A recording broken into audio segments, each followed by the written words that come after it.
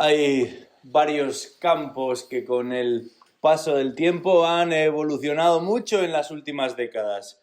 Y uno de ellos es el terreno de la cocina. Ya no comemos solamente para sobrevivir, para nutrirnos. La comida se ha convertido en todo un campo exitoso, en una fuente de ocio, de disfrute, y existe tanta competencia que los chefs ya no se limitan con poner la comida en el plato.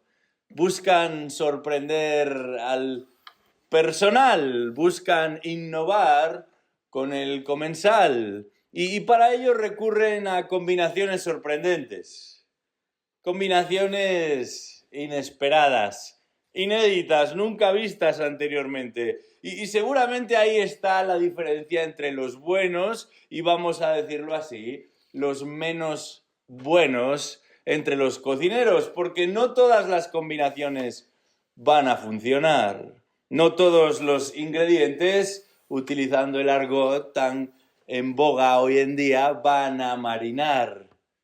En nuestro texto de esta noche nos encontramos con una combinación poco habitual, con dos elementos que son muy distintos entre sí, pero quien está detrás del plato sabe muy bien lo que está haciendo al combinarlos, al presentárnoslo como parte de un mismo menú. Os invito a abrir vuestras Biblias al capítulo 3 de la epístola de Pablo a los Filipenses. Filipenses capítulo 3, vamos a estar leyendo los versículos 1 y 2. Aunque en esta noche estaremos viendo el primero de estos dos ingredientes esenciales para una receta extraordinaria. Filipenses capítulo 3, versículos 1 y 2. Dice así la palabra de Dios: Por lo demás, hermanos míos, regocijaos en el Señor.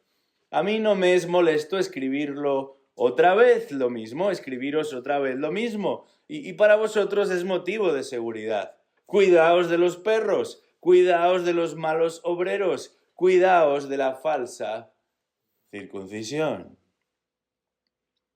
En el primer capítulo de esta carta, Pablo comenzaba reafirmando la centralidad del Evangelio en la vida y en el ministerio de los filipenses. Y les exhortaba a ellos y por extensión también a nosotros a mantener un testimonio digno del Evangelio. Un testimonio digno del Evangelio con devoción, con determinación. Y a continuación, en el capítulo 2, el apóstol nos iba a proponer una serie de modelos, una serie de ejemplos a imitar, de ejemplos a emular. Y comenzaba por el ejemplo de Jesucristo, el supremo entre todos los demás ejemplos, pero proseguía con el ejemplo de los que siguen a Cristo. Y nos encontrábamos primero con Pablo, después con Timoteo y finalmente con Epafrodito. Y se nos llamaba a apoyar a los que son como él. Se nos insistía en apreciar a los que son como él. Y llegamos a este capítulo 3 de Filipenses. Y si estuviéramos escuchando la lectura de la carta por primera vez, pensaríamos que aquí termina todo, que encaramos la recta final de la epístola, porque este capítulo, el número 3, comienza diciendo literalmente en el original, finalmente. Esa es la palabra que utiliza el autor cuando escribe. Pero este va a ser un finalmente muy largo, porque nosotros tenemos el texto delante. Nosotros sabemos que estamos todavía en el ecuador de la epístola. No nos hemos internado en el capítulo 3 y todavía falta un cuarto. Pero por medio de esta expresión, que la mayoría de las versiones en castellano traducen simplemente como por lo demás, el pasaje avanza. El pasaje continúa. Y cuando leemos los dos primeros versículos de este capítulo 3 de Filipenses, nos encontramos con dos realidades aparentemente disociadas. Dos elementos aparentemente independientes, muy distintos entre sí, pero como estaremos observando hoy y si Dios quiere la próxima vez, dos elementos ineludibles, dos realidades vitales, cardinales para el creyente. Por eso el apóstol las va a enfatizar las dos, por eso el apóstol las va a subrayar a las dos. Y lo primero que nos encontramos aquí, y lo que va a ocupar nuestro tiempo en esta noche, es lo que podríamos llamar la preocupación del creyente. Versículo 1, la preocupación del creyente. Dice el texto, por lo demás, hermanos míos, regocijaos en el Señor. Algunos escuchan la palabra preocupación y salen corriendo, porque de preocupaciones ya están bien servidos. Pero no todas las preocupaciones tienen una carga negativa. No siempre la preocupación está ligada a la ansiedad o a la angustia o al afán. En este caso, hablamos de preocupación en un sentido positivo. Hablamos de preocupación en un sentido constructivo. Y la idea es que esta cuestión, y no otra cosa, debería despertar nuestro interés. Esta y no otra debería ser nuestra vocación, nuestra predilección. Y si por algo debiéramos estar preocupados, dice Pablo, es precisamente por esto. ¿Por qué? ¿Qué es lo que deberíamos perseguir? ¿Qué es lo que deberíamos procurar? ¿Por qué nos deberíamos preocupar? El texto dice, hermanos, regocijaos. Si estamos en Cristo, si somos de Cristo, entonces preocupémonos por regocijarnos. Este debería ser nuestro interés. Esta debería ser nuestra vocación, nuestra predilección, nuestra preocupación. Esto es lo que debemos procurar y esto es lo que debemos salvaguardar, el gozo. Entre otras razones, porque con lo que nos encontramos aquí no es con otra cosa que con un mandamiento. El verbo que utiliza el apóstol está en forma imperativa aquí y en otros pasajes también. Porque esta no es la primera vez, ni será la última, que el Nuevo Testamento va a insistir en la necesidad, sí digo, la necesidad de regocijarnos. No se trata de un artículo de lujo para los que viven desahogadamente. No se trata de un estado al alcance de aquellos que no tienen nada más en lo que afanarse. Se trata de una exhortación. No es ni más ni menos que una comisión lo que tenemos delante. Es un mandamiento para todos los creyentes, para cada creyente. Este mandamiento a regocijarse aparece 11 veces en el Nuevo Testamento.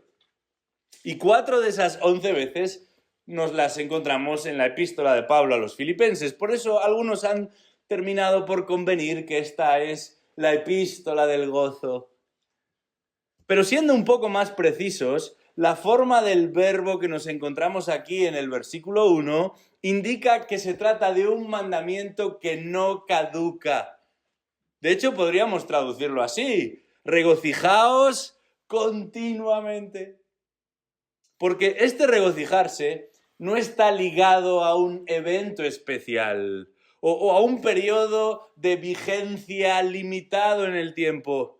No responde a la emoción en un momento concreto, porque no hay emoción ni hay momento en el que agotamos, en el que terminamos con el gozo que este texto nos demanda. Para el creyente, dice Pablo, la acción de regocijarse no debería concebirse como un episodio aislado.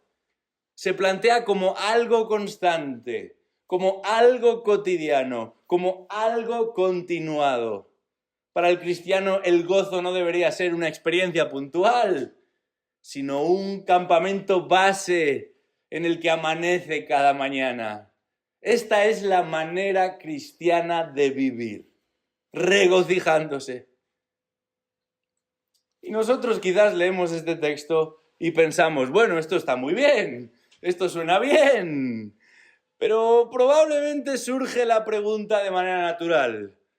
¿Es posible gozarse de forma continuada, de forma constante, en medio de circunstancias que no siempre son favorables, con cuerpos que no siempre están saludables, en un contexto que no es siempre partidario ni a nosotros ni a lo que nosotros representamos? ¿Cómo es posible gozarse de manera continua, de manera constante?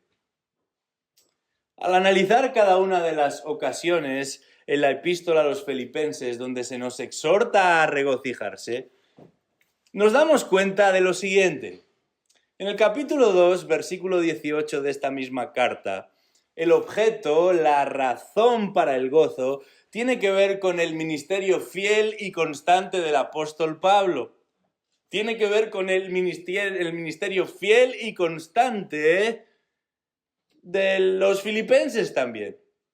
Y aún del testimonio que observamos a lo largo de esta epístola. Dice ahí, Filipenses 2:18, también vosotros os ruego, regocijaos de la misma manera, compartid vuestro gozo conmigo. El objeto o la razón para el gozo tiene que ver con el testimonio, con el buen testimonio de Pablo y de los filipenses. Y esto trae gozo a Pablo y a los filipenses, tanto como para afrontar lo que viene por delante con la tranquilidad de estar haciendo lo correcto, tanto como para afrontar aquello que resulta inquietante con la seguridad de haber hecho lo correcto. Pero en nuestro pasaje, capítulo 3, versículo 1, y también en el capítulo 4, versículo 4, el origen y el motivo que producen gozo en el creyente está en otro sitio. La razón para el gozo en el creyente está en otro sitio. Filipenses 3:1 dice, por lo demás, hermanos míos, regocijaos en el Señor. Filipenses 4:4, regocijaos en el Señor siempre. Otra vez lo diré, regocijaos. El origen del gozo, el motivo que permite el gozo, la razón para nuestro gozo está en Cristo mismo. Dicho de otra manera, podemos y debemos gozarnos de forma constante porque la idea bíblica del gozo no tiene que ver con un estado de ánimo que es cambiante. No depende de un estado físico que es mudable y normalmente a peor. No es resultado de si hemos dormido bien o mal, o de si hemos merendado bien o mal. La idea bíblica del gozo no se limita a experimentar ciertos sentimientos tampoco, o a la etapa de la vida, o del mes, o de la semana en la que nos encontremos. Todos estos factores, sin duda, tienen y a veces demasiado, tienen un peso en nuestra manera de afrontar cada jornada. Pero, y esto es importante, el fundamento bíblico del gozo depende de una realidad que nos trasciende a nosotros. El gozo, según el Nuevo Testamento, es algo que experimentamos nosotros, pero es algo motivado más allá de nosotros. El texto dice, regocijaos en el Señor. Y regocijarse en el Señor es mucho más que reír y que sonreír. Tiene que ver con vivir, pero no de cualquier manera. Tiene que ver con vivir confiados ante su grandeza, convencidos por sus perfecciones, complacidos por su belleza. Tiene que ver con saber que el Señor me amó y se entregó a sí mismo por mí. Tiene que ver con entender que nada ni nadie nos pueden separar del amor de Dios en Cristo Jesús, Señor nuestro.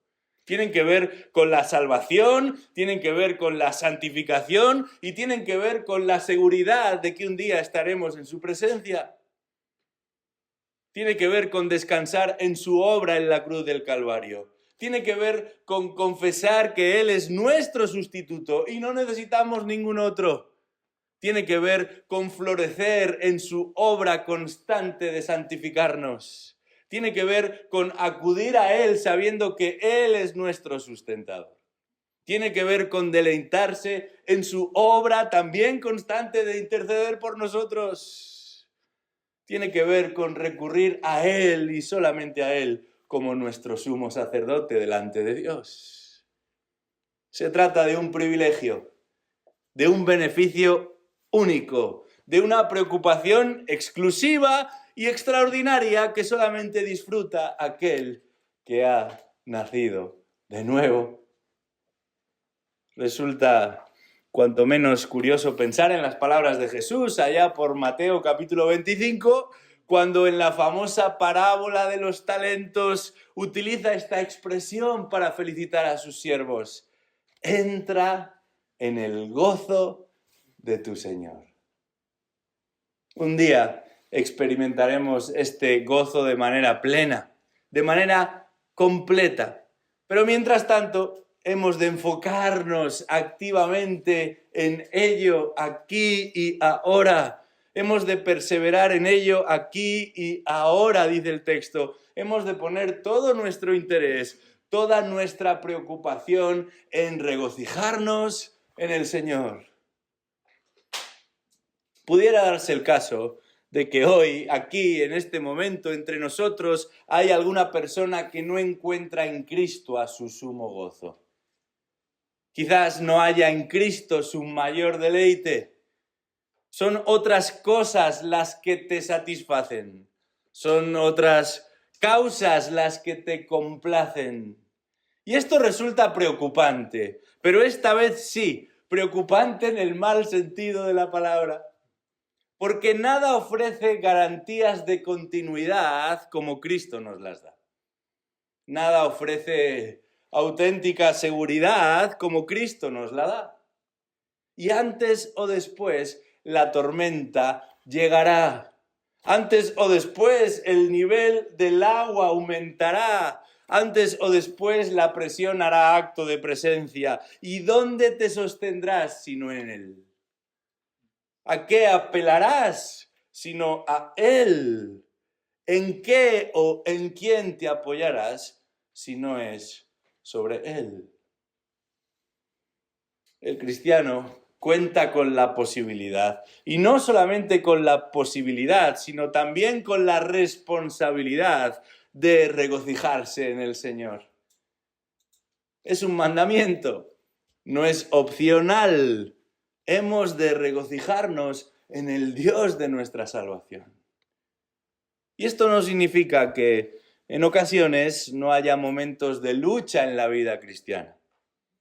No quiere decir que no existan retos a lo largo del camino, pero la palabra de Dios confirma que nuestro gozo depende no de nosotros, sino de lo que Cristo ha hecho por nosotros. Y el que podamos experimentarlo responde a una genuina profesión de fe, porque el gozo del creyente resulta inseparable, resulta indisociable de la obra que Dios ha hecho en Cristo para salvarnos. Gálatas 5 nos enseña que el gozo es un fruto del Espíritu Santo. En otras palabras, el gozo es un indicativo de que el Espíritu Santo está presente, está activo, está obrando en la vida del creyente. Es una señal ineludible, indudable, de que el Espíritu Santo está fructificando en la vida del creyente. Y a medida y en la medida que caminamos en luz, a medida y en la medida que obedecemos al Señor, que crecemos en semejanza con el Señor, nos regocijamos en el Señor. Y esto es posible cuando experimentamos una auténtica progresión en la fe. El gozo en la vida del creyente es lo contrario a dejarse llevar por el pecado enredador. El gozo en la vida del creyente es lo contrario a apagar, a contristar, a desoír al Espíritu Santo, a descuidar su palabra, a desobedecer sus mandamientos. Nos gozamos porque estamos en Cristo y porque el Espíritu Santo está obrando en nosotros. Nos regocijamos cuando estamos en Cristo y cuando el Espíritu Santo está obrando en nosotros. Yo te pregunto en esta noche, ¿es este tu campamento base? ¿Es esto lo que está pasando en tu vida y con tu vida? ¿Es la tuya una vida de gozo? El texto es claro. Si somos del Señor, hemos de regocijarnos en el Señor. Este versículo 1 del capítulo 3 va a incluir dos apuntes, dos anexos que siguen a esta exhortación a regocijarse en el Señor. Dice el texto, por lo demás, hermanos míos, regocijaos en el Señor. Y a continuación el primer anexo, a mí no me es molesto escribiros otra vez lo mismo. Y el segundo anexo, y para vosotros es motivo de seguridad. Dios mediante, hablaremos de ellos cuando analicemos el segundo de los ingredientes que el apóstol va a combinar para iniciar este capítulo 3 de Filipenses. Dice el versículo 2, cuidaos de los perros, cuidaos de los malos obreros, cuidaos de la falsa circuncisión. Vaya combinación, ¿verdad? Mientras tanto, y hasta que llegue el día en que podamos internarnos en ese texto, que el Señor nos ayude a regocijarnos en Él. No hay otra fórmula para el cristiano.